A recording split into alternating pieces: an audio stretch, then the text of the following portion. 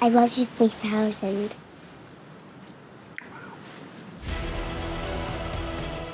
Ah, Tony Stark. We haven't cried that much in a movie theater since the day we ran out of flamin' hot Cheetos. We miss that dude more than we miss our own grandparents. He was funny, loving, and he didn't have to put up with that funky smell every time he walked into a room. Is that Axe body spray? Yeah, I had a can on the desk for emergencies. Relax. The only person that misses Tony more than us is his very own daughter, Morgan Stark. However, we've got a feeling the youngster may be planning something huge for her fallen father, and it's not a memorial. Stick around and let us blow your mind.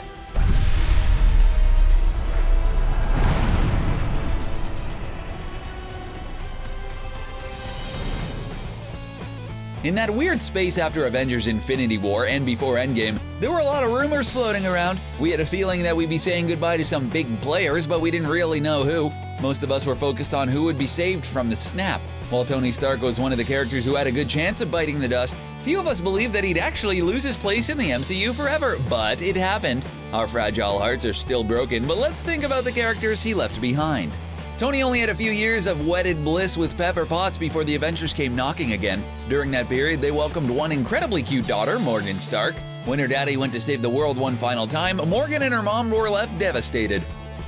Being the daughter of a superhero is no easy thing. Even if they don't get annihilated, there's a lot of sleepless nights and worrying phone calls. The moments we got to see between Tony and Morgan were brief but powerful. There was something so beautifully tender about their relationship that is rare to find. Is that unique bond that led our minds to go into overdrive and create this wonderful yet realistic theory. Could Morgan have something up her sleeve for her dad in the future? Anything is possible in the MCU. With such a big loss as this, it's only natural that she may want to do something about it. And you know how much we love a good story here at CBR. It's pretty much what we live for, but what could she be up to exactly? Before we dive into the juicy goodness, let's get our ducks in a row. Morgan Stark does appear in the comics, but the character is entirely different. Really, the only similarity is the name. Oh, and he's a guy. In the source material, Morgan is a cousin of Tony's and is nowhere near as cute and cordial as the MCU version. Essentially, the pair are two completely different characters. So when it comes to this theory, it's important to bear in mind that we're basically ignoring the comic book character entirely.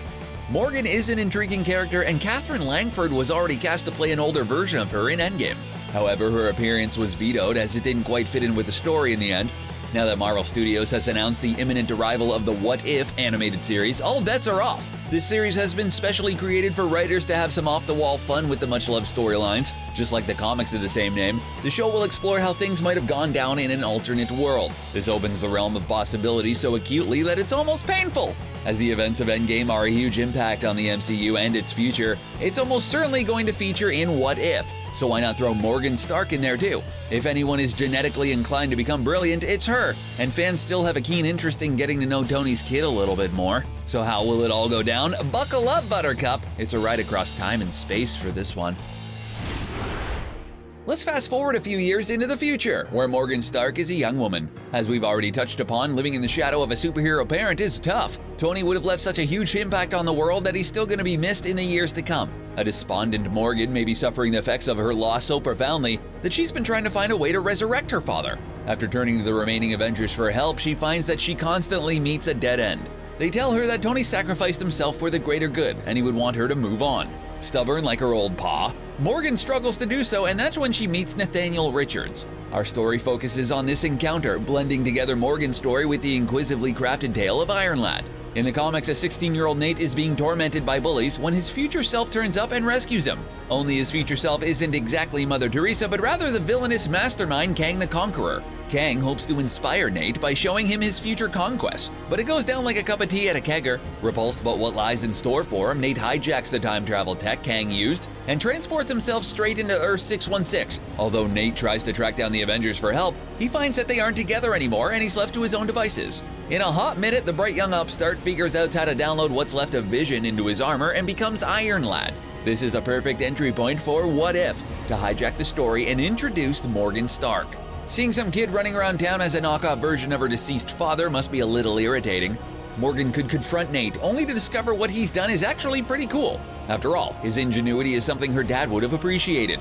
Desperate to resurrect her father, Morgan gives Nate a taste of his own medicine and borrows the time travel device. In an ill-advised move, she goes back to the moment of Tony's snap and stops it, saving her father but causing all sorts of problems for everyone else. Confused by what's going on, Morgan gets to talk to her father and explains the situation to him. She begs him to change his mind and find another way to destroy the Mad Titan. There's a totes emosh father-daughter scene. Imagine the payoff. What's a Marvel creation without some Kleenex, right? Oh, God. Tony is proud of the daughter he's raised, but is determined to save any more destruction. Using the gauntlet, he sends Morgan back to her own time, goes back to the moment of his snap, and does it. Back in the present, the youngster is even more distraught than she was in the first place. Sometimes you've gotta learn when to trust the adults, you know? However, Morgan isn't done yet. She knows she can't bring her father back, so she turns to technology to keep his legacy alive. With the help of Nate and Vision, she manages to download aspects of Tony's consciousness into an Iron Man suit. This way, she believes that the wider public can still benefit from his genius and crime-fighting skills. Let's face it, no one throws it down quite like Tony. To the surprise of both Nate and Morgan, things go pretty well. Iron Lad and the AI version of Iron Man are embraced by the world and fight side by side. Morgan finds some happiness by knowing that, although the robot really isn't her dad, it's like she can still talk to him. If everything was all sunshine, rainbows, and repulsors, then it would get really boring really quickly. This is where Kang comes a-knocking. Unwilling to let his younger self kick around a different time stream, footloose and fancy-free, the Conqueror wants to put things straight. Nate doesn't want to go back to his rightful place in the world, so he takes a little persuading. In the comics, Iron Lad defeats Kang by running Hawkeye's sword through Kang's chest. This causes some serious backlash as it disrupts the timeline. All the Avengers are suddenly dead, and Jessica Jones even loses her baby. Yeah, it's not for the faint of heart. If What If takes this story on, they need to rework the Kang-Iron Lad battle in a way that's equally well done, if not more so.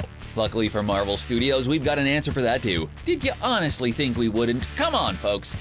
When Kang turns up all like, "Yo, get back in your place, kid," he immediately targets what Nate loves. At this point, Nate's BFF is Morgan Stark, and Kang can see that the Iron Man robot is dear to her. He uses his prowess to gain control of the Iron Man robot and turn it against the world. The population of Earth doesn't know all this is going on, so all they see is Iron Man doing terrible things. Because the wider populace isn't well versed in all this AI stuff, they really believe that this reincarnation of Iron Man is essentially an evil Tony Stark. Morgan is utterly distraught that her father's legacy is being abused and destroyed this way, and she's powerless to stop it. Iron Lad, now no match for Kang, can see that he only has one option. He has to do what Kang says and go with him in order to save Morgan and the people of Earth. He feels so responsible for everything that he offers a groveling apology before retreating with Kang to become his future self. Cue a totally emotional, heartwarming moment where Morgan loses yet another trusted person in her life.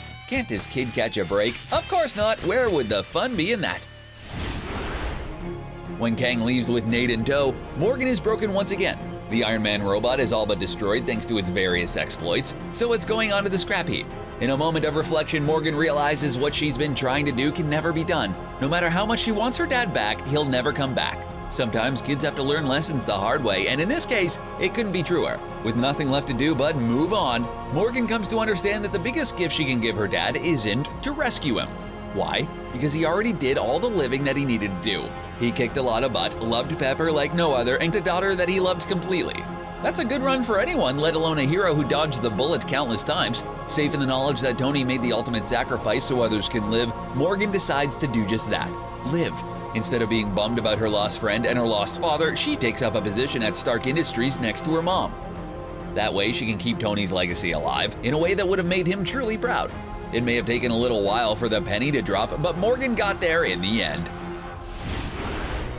This could be a totally viable theory for What If, in so many ways, not least because it totally flips the script.